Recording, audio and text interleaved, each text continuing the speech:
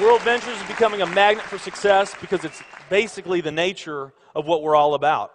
It's hard to believe how much ground we've covered in such a short period of time. You know, in our first year, we did about 15 million in sales.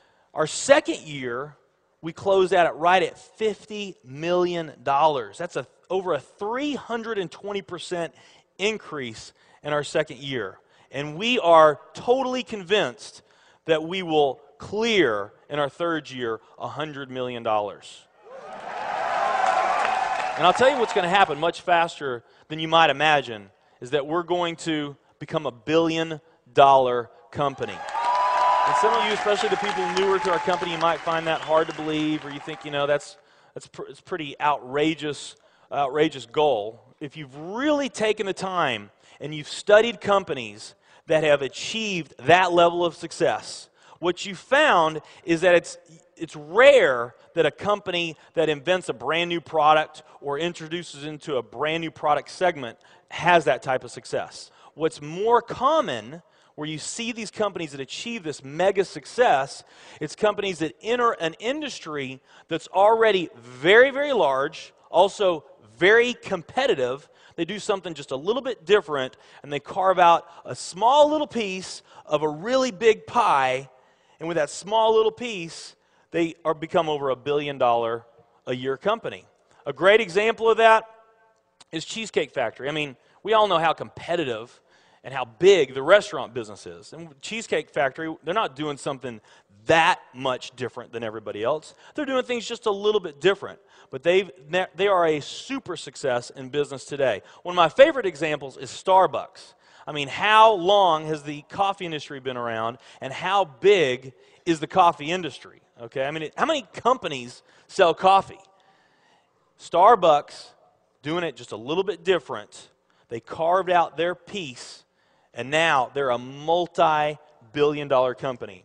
And I got a little demonstration that I want to show you that I think is kind of fun. The coffee industry is $100 billion. So $100 billion every year is spent around the world on coffee. Each one of these gumballs represents $1 billion in annual sales.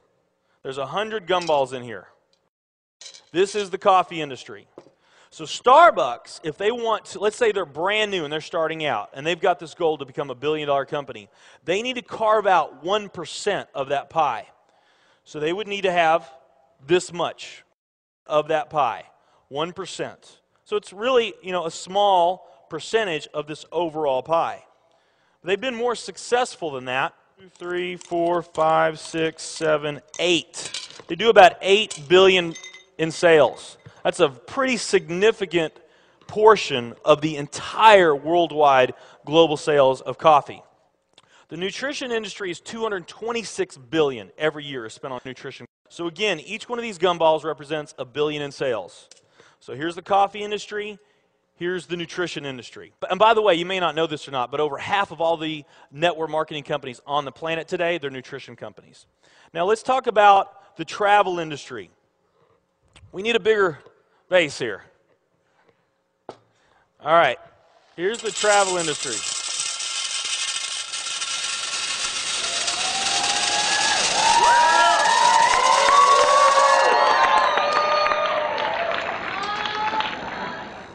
Pretty impressive, right? Well, it doesn't stop there.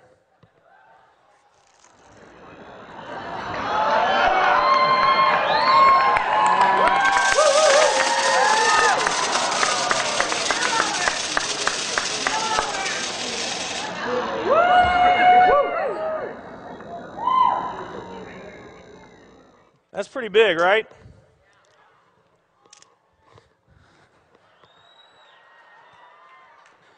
There's more.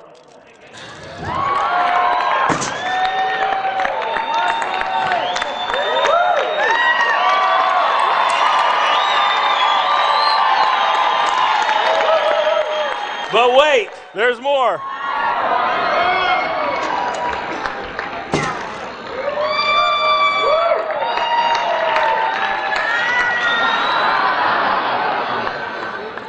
And one more.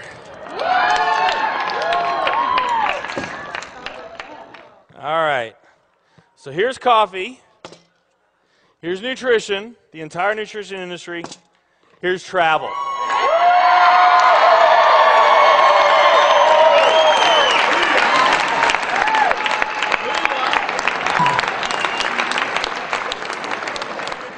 Travel industry is $7 trillion every year spent on travel.